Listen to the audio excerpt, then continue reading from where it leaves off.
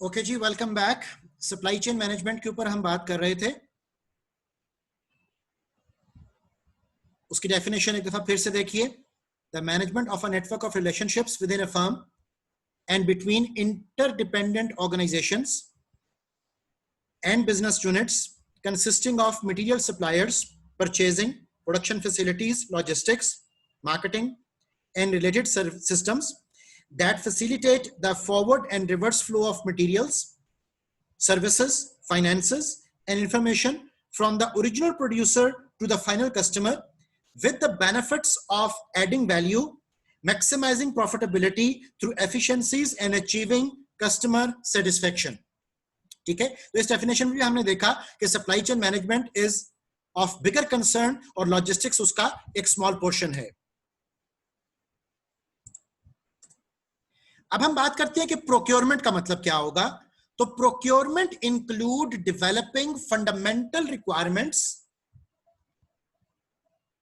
Related to market research, evaluation, sourcing, standards of quality, financing, purchasing, negotiating, buying goods, inventory control, and disposal of waste products like the packaging. ये सब आपका कहलाएगा जो cover किया जाता है under the heading of procurement. In the overall supply chain process, procurement stops once your company has possession of the goods. ठीक है, to make a profit, the cost of procuring your goods must be less than the amount you can sell the goods for, minus whatever costs are associated with processing and selling them. ठीक है, तो ये हमारा procurement के case में जो cost and profit का relationship है उसके ऊपर भी हमने बात की कि to make a profit the cost of procuring your goods must be less than the amount you can sell the goods for. Now, this all also would include meeting the specifications, assessing risks, and manage tendering. ये सब चीजें आपकी procurement के head में वो discuss की जाती हैं. Procurement is the process of getting the goods you need, while supply chain is the infrastructure. ये बड़ा important expression है, मैं फिर से आपके साथ पढ़ रहा हूँ कि procurement is the process of getting the goods you need. ठीक है, while supply chain is the infrastructure which is extensive in many cases needed to get you those goods. अब इसी कंसर्न में एक और बड़ा इंपॉर्टेंट कॉन्सेप्ट हम discuss करते हैं and that is what we call purchasing. ठीक है, और ये बात याद रखिएगा कि purchasing is different from procurement, procurement is different from logistics, logistics is different from supply chain. ठीक है, सो इन तमाम टर्मिनोलॉजीज के जो फर्क हैं वो हमें बड़े क्लियरली पता होने चाहिए. अब हम बात करते हैं परचेजिंग की.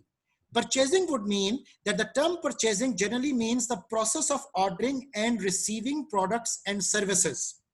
ठीक है, the process involved in purchasing include request for goods, approving and making of record for purchase and receiving products.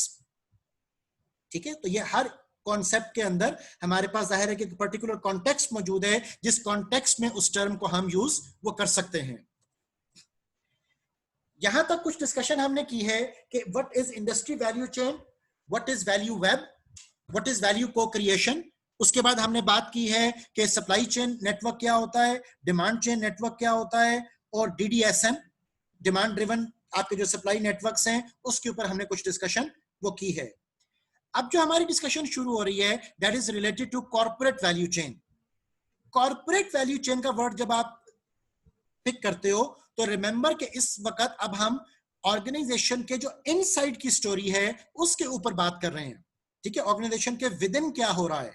So organisation के विद इन दो तरह की एक्टिविटीज परफॉर्म हो रही हैं. एक को हम कहते हैं प्राइमरी एक्टिविटीज और एक को हम कहते हैं सपोर्ट एक्टिविटीज. प्राइमरी एक्टिविटीज वो एक्टिविटीज कहलाती हैं जो प्रोडक्ट्स की मेकिंग और सर्विस की डिलीवरी में डायरेक्टली कंट्रीब्यूट वो कर रही हों, जबकि सपोर्ट एक्टिविटीज वो एक्टिविटीज हैं जो प्राइमरी एक्टिविटीज को एग्जीक्यूट होने में मदद प्रोवाइड वो करती हैं. और जब हमने अपना इंटरनल ऑडिट करना है तो इंटरनल ऑडिट में हमारा कॉर्पोरेट वैल्यू चेन का कॉन्सेप्ट जो है ये बड़ा डिटेल में डिस्कस वो किया जाता है. और एक्सटर्नल ऑडिट के केस में आपको सप्लाई चेन, आपको डिमांड चेन, आपको इंडस्ट्री वैल्यू चेन, इन कॉन्सेप्ट्स के बारे में पता होना चाहिए ताकि आप ये बात जान सको कि सप्लायर से लेकर बायर तक जितना भी आपका वैल्यू वेब या वैल्यू चेन एस्टेब्लिश हो रहा है उसमें कहां-कहां पर आपके लिए क्या-क्या अपॉर्चुनिटीज हैं और कहां-कहां पर आपके लिए क्या-क्या थ्रेट्स हैं, ठीक है। लेकिन जब हम बात करेंगे कॉर्पोरेट वैल्यू चेन की which is inside the organisation, तो याद रखिए कि अब हमारा कंसर्न जो होगा that would be related with the strengths and weaknesses, कि हमारी प्राइमरी एक्टिविटीज में क्या-क्या स्ट्रेंथ्स एंड वीकनेसेस हैं, हमारी सपोर्ट एक्टिविटीज में क्या-क्या स्ट्रेंथ्स एंड वीकनेसेस हैं। जब हम बात करेंगे प्राइमरी एक्टिविटीज की, तो प्राइमरी एक्टिविटीज में वी इंक्लूड इनबाउंड लॉजिस्टिक्स, जिसका मतलब होगा raw materials handling and warehousing. फिर इसके बाद हमारे पास प्राइमरी एक्टिविटी में स्टेप आता है which is operations, which means machining, assembling and testing. उसके बाद हम बात करते हैं आउटबाउंड लॉजिस्टिक्स की, which means warehousing and distribution. उसके बाद हम बात करेंगे मार्केटिंग एंड सेल्स की, this is also primary activity. इसमें एडवर्टाइजमेंट, इसमें प्रमोशन, इसमें प्राइसिंग, ये सब डिस्कस किया जाता है। और उसके बाद हम सर्विसेज की बात करेंगे which would include installation, repair and parts. जब हम सपोर्ट एक्टिविटीज की बात करते हैं तो सपोर्ट एक्टिविटीज में फर्म का इंफ्रास्ट्रक्चर, जिसमें कि general management, accounting, finance, strategic planning, ये सब कुछ शामिल होता है। एचआर मैनेजमेंट की हम बात करेंगे रिक्रूटमेंट, ट्रेनिंग एंड डेवलपमेंट के हवाले से। टेक्नोलॉजी डेवलपमेंट की बात करेंगे research and development, product and process improvement और प्रोक्योरमेंट, परचेजिंग, इन सब चीजों को हम सपोर्ट एक्टिविटीज के तौर पर काउंट वो करते हैं। और जाहिर है कि इन तमाम एक्टिविटीज को ऑपरेट करने के लिए, जैसा आपको मैं पहले बता रहा था, कि हमें कॉस्ट बियर करनी पड़ती है, and that cost can be either value added cost and that can be non value added cost. और हमारी कोशिश ये होगी कि हम नॉन वैल्यू एडेड कॉस्ट को जहां तक भी मुमकिन हो सके वो ओवरकम कर सकें। सो कॉर्पोरेट वैल्यू चेन ट्रेडिशनली एक मैन्युफैक्चरिंग ऑर्गेनाइजेशन के हवाले से उसकी जो डायग्रामेटिक रिप्रेजेंटेशन है वो आपके साथ मैंने शेयर की है। लेकिन अगर हम ऑनलाइन सिस्टम की बात करें कि एक ऑर्गेनाइजेशन जो है वो ऑनलाइन ऑपरेट कर रही है, तो ऑनलाइन के केस में आपका जो वैल्यू चेन बनेगा, जो कॉर्पोरेट वैल्यू चेन बनेगा, उसकी रिप्रेजेंटेशन आप इस स्लाइड में देख लो। यहां पर हमारे पास फर्म इंफ्रास्ट्रक्चर की जब हम बात करेंगे तो ऑनलाइन के केस में firm infrastructure would include web based distribution, web based distributed finance and ERP system. ठीक है, ये चीजें आपकी एंटरप्राइज रिसोर्स प्लानिंग सिस्टम, जो आपके ईआरपी सिस्टम्स हैं, वो आपके फर्म इंफ्रास्ट्रक्चर होते हैं। ऑनलाइन इन्वेस्टर्स रिलेशंस होंगे, जिसमें कि आपके इंफॉर्मेशन डिसेमिनेशन होगी, आपकी ब्रॉडकास्ट कॉन्फ्रेंस कॉल्स होंगी। तो ये सब कुछ क्या कहलाएगा, और इससे रिलेटेड चीजें, ये आपके फर्म इंफ्रास्ट्रक्चर है। फिर जब हम ह्यूमन रिसोर्स मैनेजमेंट की बात करेंगे तो ऑनलाइन बिजनेस के केस में self service personnel and benefits administration online कैसे करनी है, उसमें एम्प्लॉइज की डेटाबेसेस शामिल होंगी, उसमें आपके ऑनलाइन रिपोजिटरीज होंगी जिसमें कि सारा रिकॉर्ड जो है वो आपने मेंटेन किया हुआ है। वेब बेस्ड ट्रेनिंग प्रोग्राम्स आप लॉन्च कर सकते हो। Internet based sharing and dissemination of company information, ये आपका स्टाइल होगा वर्किंग का। Electronic time and expense reporting, ये सब कुछ आप कर रहे होगे in the human resource management which is support activity. जब हम टेक्नोलॉजी डेवलपमेंट की बात करेंगे तो collaborative product design across location and among multiple value system participants, ये आपका टेक्नोलॉजी डेवलपमेंट का कंसर्न है।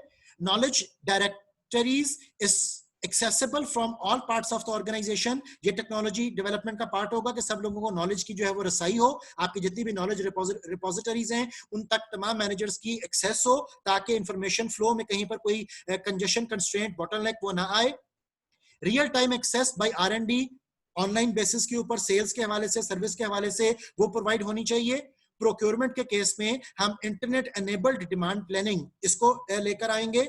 हम रिक्विजिशन टू पे की बात करेंगे जो कि ऑटोमेटेडली ऑपरेट करेगी। इसी तरह आपकी जो मार्केट प्लेस भी होगी, दैट वुड बी डायरेक्ट और indirect procurement via market places on the internet facility. ये तो सब हो गए आपके सपोर्ट एक्टिविटीज। लेकिन जब हम प्राइमरी एक्टिविटीज की बात करते हैं ऑनलाइन के केस में, तो इनबाउंड लॉजिस्टिक्स में वो कहता है कि real time integrated scheduling, shipping, warehouse management, demand management and planning and advance planning and scheduling across company and it's suppliers. अब इस सारे की एग्जांपल अभी आपको मैंने जो फेडेक्स का और यूपीएस का क्लिप दिखाया था, उसमें हमने देखा कि किस तरीके से उनका इंटीग्रेटेड सिस्टम इन हाउस भी और ऑनलाइन भी वो ऑपरेट कर रहा है। और जैसे आप अपने पार्सल को ट्रैक करते हो इंटरनेट के ऊपर, तो वो सारे का सारा आपका part of corporate value chain होगा। वो सिस्टम सारा एस्टेब्लिश करना और सिस्टम तक अपने स्टेक होल्डर्स को रसाई देना कि वो रिक्वायर्ड इंफॉर्मेशन सारी हासिल वहां से कर सकें। इसी तरह ऑपरेशंस में भी हम इंटीग्रेटेड इंफॉर्मेशन एक्सचेंज यूज करेंगे। आउटबाउंड लॉजिस्टिक्स में हम real time transaction, order whether initiated by an end customer, इन सब चीजों को ट्रैक करेंगे। ऑटोमेशन होगी, रोबोटिक्स होगी। मार्केटिंग एंड सेल्स के अंदर भी ऑनलाइन सेल्स चैनल्स आपके होंगे, आपके ऑनलाइन प्रोडक्ट कॉन्फ़िगरेशंस हो रही होंगी, आप पुश एडवर्टाइजमेंट मेथड्स को यूज करोगे, आप रियल टाइम कस्टमर फीडबैक हासिल करोगे थ्रू वेब, ठीक है। और जब हम आफ्टर सेल सर्विसेज की बात कर रहे हैं तो उसमें ऑब्वियसली आपके online support of customer service representatives use हो रहा है, आपके customer self service via web sites आप यूज कर रहे हो, और आप रियल टाइम फील्ड सर्विसेज भी वो कस्टमर को प्रोवाइड कर रहे हो, और ऑब्वियसली वो सारा का सारा आपका ऑटोमेटेड सिस्टम जो है वो आपको सपोर्ट दे रहा होगा। सो ऑनलाइन बिजनेसेस के हवाले से बेटा याद रखिएगा कि आपने जब कॉर्पोरेट वैल्यू चेन डेवलप करनी है तो उसके अंदर कंसर्न्स मेजर तो वही होंगे प्राइमरी एक्टिविटीज के और सपोर्ट एक्टिविटीज के, लेकिन कॉरेस्पॉन्डिंगली इंफॉर्मेशन जो है उसके अंदर वो बदल जाएगी। अब एक ऑर्गेनाइजेशन का जो इंटरनल वैल्यू चेन है उसमें हम डिस्कस करते हैं आपका फंक्शनल फोकस। उस फंक्शनल फोकस में for example research and development is working in association with operations, operations in working in association with logistics, logistics is working in relation with marketing, human resource, accounting, finance, supply chain। ये सब आपके functional focus है जो कि organization अपने within वो carry कर रही होती है। इससे एक स्टेप अगर हम और ऊपर जाएं तो हमारे पास कंपनी फोकस आ जाएगा। जब हम कंपनी फोकस की बात करते हैं तो उस केस में सिर्फ inter departmental exchange of material and information की बात नहीं होती, उसमें हमारे पास concerns of logistics, concerns of supply chain, upstream supplier के साथ रिलेशनशिप, डाउनस्ट्रीम कस्टमर्स के साथ रिलेशनशिप, इन सब चीजों को हम वो स्टडी करते हैं। तो सिंपल फंक्शनल फोकस से निकलकर जो स्कोप ऑफ कंपनी फोकस है that is rather very interactive, very broad and little more complicated.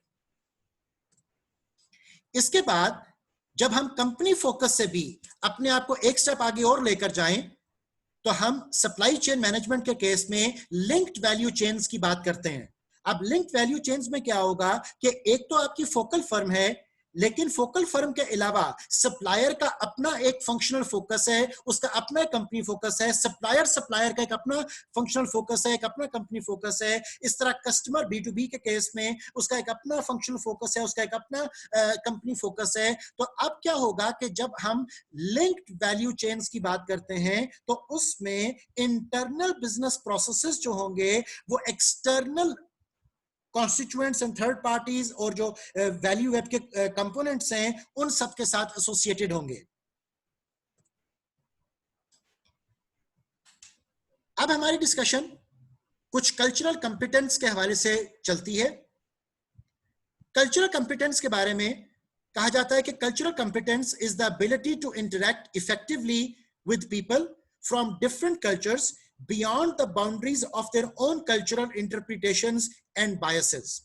ठीक है, अगर ऑर्गेनाइजेशन जो है वो मोर देन वन कंट्री में ऑपरेट कर रही हैं तो जाहिर है कि उनको बेशुमार डाइवर्सिटी का सामना करना पड़ता है, और हर कंट्री कल्चर के अंदर डिफरेंट तरह के कंडीशंस, कंस्ट्रेंट्स, एस्पेक्ट्स, सर्कमस्टांसेस वो प्रिवेल कर रहे होते हैं। सो हमें एक कॉन्सेप्ट पता होना चाहिए कि लोअर कॉन्टेक्स्ट कंट्रीज में, जो लोअर कॉन्टेक्स्ट कल्चर के कंट्रीज हैं, वहां पर कैसे ऑपरेट किया जा रहा है, जो हायर कॉन्टेक्स्ट कल्चर के कंट्रीज हैं वहां पर कैसे ऑपरेट किया जा रहा है, ताकि हमें क्रॉस कल्चरल जो शॉक्स हैं वो ना मिल सके और हम डाइवर्सिटी को बेहतर तौर मैनेज वो करें। अब जब आप कल्चर को अंडरस्टैंड करना शुरू करते हो तो इसको हम कल्चरल कॉन्टेक्स्ट में, कल्चरल अंडरस्टैंडिंग को हम देखते हैं कि बिजनेस इंपैक्ट इसका कैसे क्रिएट होता है। इसका जो सबसे लोअर इंपैक्ट है कल्चरल अंडरस्टैंडिंग का, दैट इज टू रिकॉग्नाइज कि आप कम से कम इस बात को अंडरस्टैंड कर सको कि कल्चरल डिफरेंसेस प्रिवेल। ठीक है, with the passage of time जाहिर है कि आपकी ओरिएंटेशन वो बेहतर से बेहतर होती है और बिजनेस इंपैक्ट भी ज्यादा से ज्यादा होता है, but in the start you start recognising the differences. ठीक है, आपकी अवेयरनेस बढ़ती है। रिकॉग्नाइज करने के बाद वक्त के साथ आपका जो अगला स्टेप डेवलप होगा, that is that you develop the respect, कि आप कल्चरल डिफरेंसेस को सिर्फ रिकॉग्नाइज नहीं करते हो, बल्कि you have learn to respect the differences. जब आप कल्चर्स को रिस्पेक्ट करना सीख लो, हर किसी की वैल्यू सिस्टम को रिस्पेक्ट करना सीख लो, तो इसके बाद हमारे पास लेवल आता है विच इज रिकंसाइल, जिसमें कि हम कल्चरल डिफरेंसेस को, जो कि जिनकी हम रिस्पेक्ट करते हैं, उन डिफरेंसेस को हम रिजॉल्व कैसे करेंगे। ठीक है, आप उनको एलिमिनेट तो नहीं कर सकते हो, आपको कई तरह की एडजस्टमेंट्स करनी पड़ेंगी, बट यू हैव टू सी कि हमारा कल्चरल कॉन्टेक्स्ट में भी विन विन रिलेशनशिप वो कैसे क्रिएट हो सकता है। और इसकी जो सुपरलेटिव डिग्री हमें मिलती है, and that is that you just do not recognise, respect and reconcile, but you realise and root. And when you talk about realisation and routing, तो उस केस में इंप्लीमेंट रिकाउंसलिंग एक्शंस, ठीक है, जिसका कि हाईएस्ट बिजनेस इंपैक्ट आता है जब आप एक मुकम्मल कोलैबोरेशन के साथ, एक मुकम्मल एसोसिएशन एफिलिएशन के साथ अपने क्रॉस कल्चरल कॉन्टेक्स्ट में मूव वो कर रहे होते हो। अब क्रॉस कल्चरल बिजनेस के जब हम बात कर रहे हैं, तो क्रॉस कल्चरल बिजनेस में वो कहते हैं कि what are some cultural differences to keep in mind at work. For example, अगर हम होफस्टेड कल्चरल डायमेंशंस की बात करें, तो होफस्टेड ने हमें 6 डायमेंशंस वो पेश की। इसके पहले मॉडल के अंदर 5 डायमेंशंस थी, अब एक 6th डायमेंशन भी ऐड की जा रही है, which is intelligence and restaurant. अब होफस्टेड कल्चरल डायमेंशन में जो हम मेन आइडियाज डिस्कस करते हैं, that is individualistic and collectivistic environment, जिसका मतलब क्या होगा कि how personal needs and goals are prioritised versus the needs and goals of the group, clan and organisation collectively जब हम बात करें। इसी तरह मैस्कुलिन एंड फेमिनिन डायमेंशंस की हम बात करेंगे, तो masculine societies have different roles for men and women, less so in feminine cultures. ठीक है, फेमिनिन जो एनवायरनमेंट होती है वो ज्यादा नर्चरिंग और केयरिंग होती है, जबकि जो मैस्कुलिन सोसाइटीज होती हैं they are more achievement oriented. इसी तरह अनसर्टेनिटी अवॉइडेंस की हम बात करते हैं कि how comfortable are people with changing the way they work और लिव। फॉर एग्जाम्पल, ये इस केस में लो अनसर्टेनिटी अवॉइडेंस होगा और प्रेफर द नॉन सिस्टम, जो कि हाई अनसर्टेनिटी अवॉइडेंस की बात वो की जा रही है। जब हम पावर डिस्टेंस की डायमेंशन डिस्कस करते हैं, तो पावर डिस्टेंस में the degree people are comfortable with influencing upwards accept of inequality in distribution of power in society. ठीक है, तो ये आकर नॉर्म होगा, जो कि पावर डिस्टेंस के केस में हम डिस्कस करते हैं कल्चरल कॉन्टेक्स्ट में। टाइम पर्सपेक्टिव की जब बात की जाए, तो वो कहता है कि long term perspective, planning for future, perseverance values versus short term past and present oriented, in aspects को डिस्कस किया जाता है। और इंडल्जेंस के केस में allowing gratification of basic drives related to enjoying life, और रेस्ट्रेंट के केस में regulating it through strict social norms. ठीक है, तो ये तमाम वो चीजें हैं जो कि क्रॉस कल्चरली मैनेजर्स को पता होनी चाहिए जब वो क्रॉस कल्चरल इंटरेक्शन में इन्वॉल्व है। और हमें ये देखना होगा एक्सटर्नल ऑडिट के केस में भी कि अगर हमारी organisation more than one cultural diversity के कल्चरल कॉन्टेक्स्ट में ऑपरेट कर रही है, डाइवर्सिटी में ऑपरेट कर रही है, तो कहां पर किस किस्म की एनवायरनमेंट है और वो एनवायरनमेंट हमारे लिए क्या अपॉर्चुनिटीज क्रिएट कर रही है या थ्रेट्स क्रिएट कर रही है।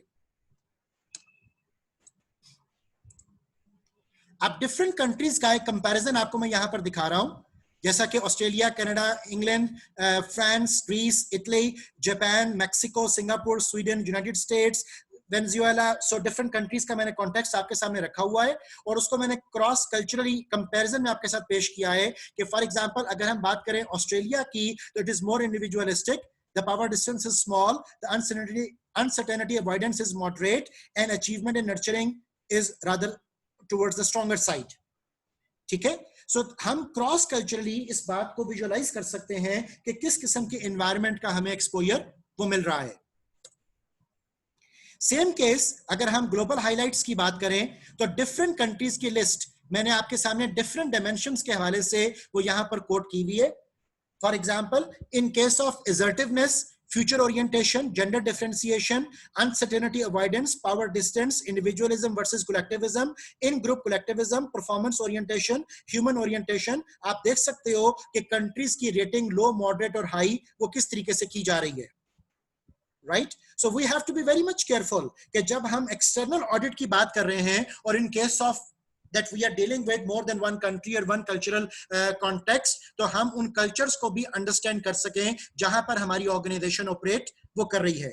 याद रखिएगा कि होफस्टेड के केस में हम नेशनल कल्चर्स को डिस्कस कर रहे हैं, जबकि जब आप ऑर्गेनाइजेशन के इंटरनल कल्चर की जब बात करोगे तो इंटरनल कल्चर के केस में हम कल्चरल वेब का मॉडल वो यूज करेंगे या कल्चरल डायमेंशंस का मॉडल वो यूज करेंगे, जो आगे चलकर हम चैप्टर डिटेल में वो देखते हैं। अब अगर नेशनल कल्चर के कॉन्टेक्स्ट में पाकिस्तान का एनालिसिस किया जाए तो ये आपके सामने मैं होफस्टेड इनसाइट की वेबसाइट से कंपैरिजन ऑफ पाकिस्तान वो दिखा रहा हूं, और ये बहुत इंपॉर्टेंट कंपैरिजन है बिकॉज जब आप पाकिस्तान में ऑपरेट कर रहे हो तो आपको बहुत क्लियरली पता होना चाहिए कि यहाँ पर power distance, individualism, masculinity, uncertainty, avoidance, long term orientation और इंडल्जेंस के फैक्ट्स एंड फिगर्स एक्चुअली हैं क्या। अगर हम इस पर्टिकुलर कॉन्टेक्स्ट को देखें जो कि होफस्टेड इनसाइट से हमने पिक किया, तो उस केस में power distance is having the value of 55, जिसका मतलब क्या होगा कि with an intermediate score of 55 it is not possible to determine a preference for Pakistan in this dimension. ठीक है, जब हम बात करते हैं इंडिविजुअलिज्म की, तो इंडिविजुअलिज्म में पाकिस्तान की स्कोर 14 आ रही है, और 14 would mean कि individualism is 14 and collectivism is 86, जिसका मतलब क्या हुआ कि ये बेसिकली एक collectivistic society है। So this is manifest in a close long-term commitment to the group members, be that of a family, extended family or extended relationships. अब अगर हम मैस्कुलिनिटी की बात करें तो मैस्कुलिनिटी के केस में पाकिस्तान की फिगर हमारे पास जो आ रही है दैट इज 50, which means कि मैस्कुलिनिटी एंड फेमिनिनिटी का जो रेंज है हमारे पास that is almost the middle. अगर हम अनसर्टेनिटी अवॉइडेंस की बात करें तो Pakistan score 70 on this dimension and thus has a high preference for avoiding uncertainty.